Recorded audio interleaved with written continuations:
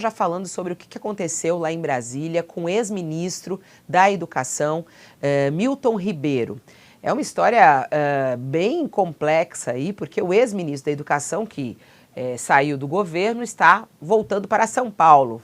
E aí, ontem, quando foi embarcar no aeroporto, foi mexer na sua pasta e, que tinha uma arma, acabou disparando a arma acidentalmente. Isso aconteceu no final da tarde de ontem, no aeroporto Juscelino Kubitschek, em Brasília.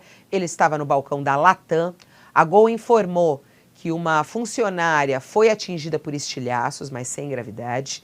E Ribeiro prestou depoimento à Polícia Federal logo na sequência, contou aos policiais que abriu a pasta de documentos, pegou a arma para fazer a separação do carregador dentro da própria pasta, momento que teria ocorrido o disparo. Segundo a defesa de Milton Ribeiro, a polícia devolveu a arma logo na sequência, e ele disse que ficou constrangido de colocar a arma ali no balcão. E aí tentou fazer, a pasta era apertada e aí houve esse disparo. O ex-ministro usando uma arma de fogo, esse disparo acidental, pode ter alguma consequência para ele? Como é que o senhor analisa esse episódio?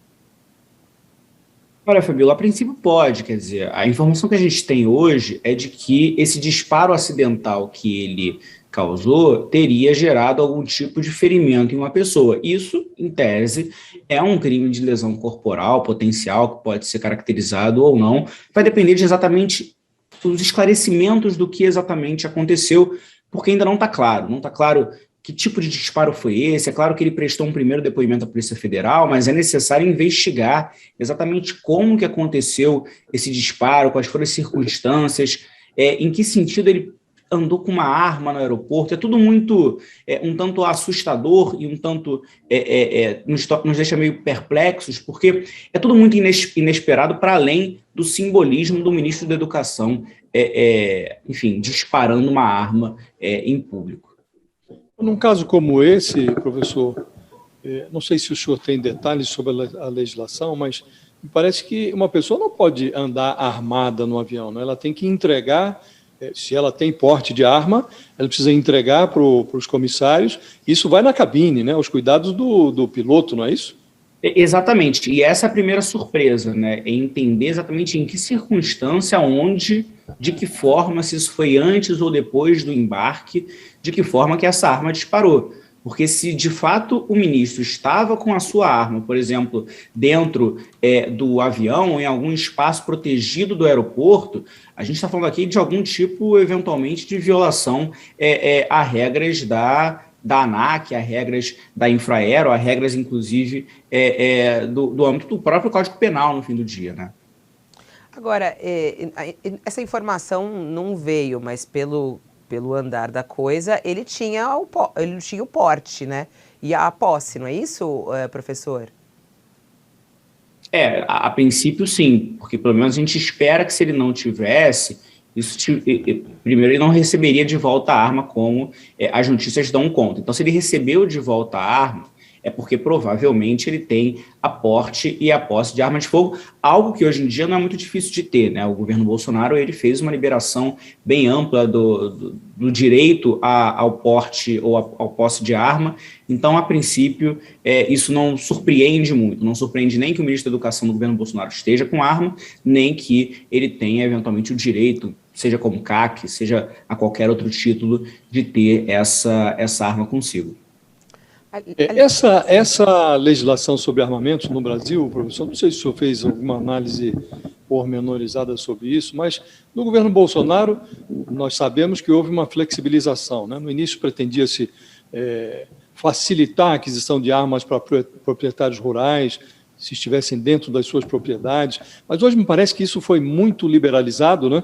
E há pendências no Supremo, que o Supremo demora a decidir, mas em que medida nós convivemos com essa flexibilização? Até que ponto a liberalização de armas ocorreu no Brasil? Esse é um ótimo ponto, Josias, quer dizer, desde o início do governo Bolsonaro, uma série de medidas de fiscalização de porte de armas, uma série de medidas de fiscalização antes de desarmamento, elas foram relativamente derrubadas. Então, em primeiro lugar, hoje em dia, a regulamentação sobre os colecionadores de armas, né, os chamados CACs, ela é extremamente solta, frouxa, em comparação com o que acontecia antes de 2019. Então, é muito mais fácil alguém ter efetivamente porte de armas hoje no Brasil do que era alguns anos atrás. Mas não só isso. O governo Bolsonaro tentou, em alguns momentos conseguiu, e essas são questões que o Supremo precisa decidir, por exemplo, reduzir a fiscalização do Exército com relação às armas. Existem projetos de lei, inclusive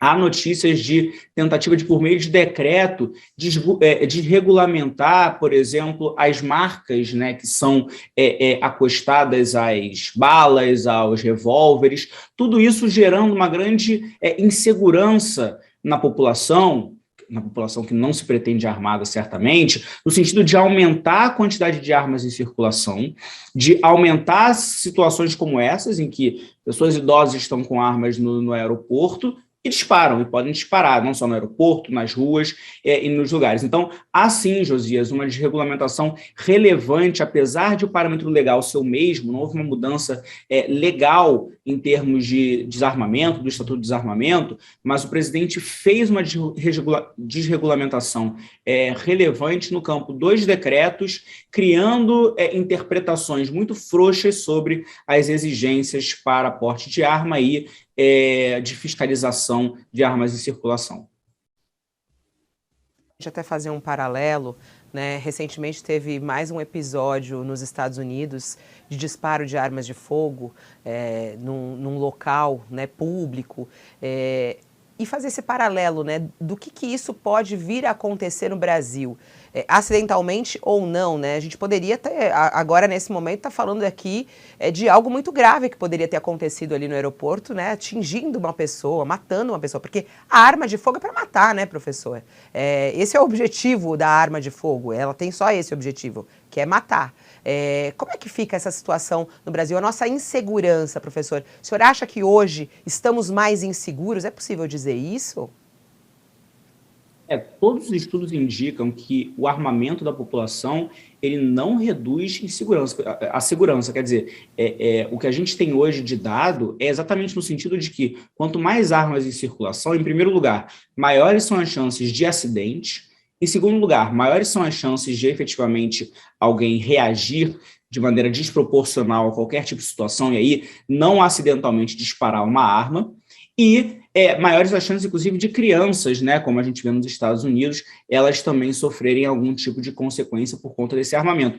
Num contexto como um contexto brasileiro, em que a gente está falando de uma realidade em que estados como o Rio de Janeiro e outros estados já são, de alguma forma, ou dominados, ou tem uma presença muito relevante de milícias ou de tráfico, essa circulação ainda maior de armas legal, né, avalizada pelo poder público, ela ainda aumenta o acesso desses grupos criminosos a esse tipo de armamento.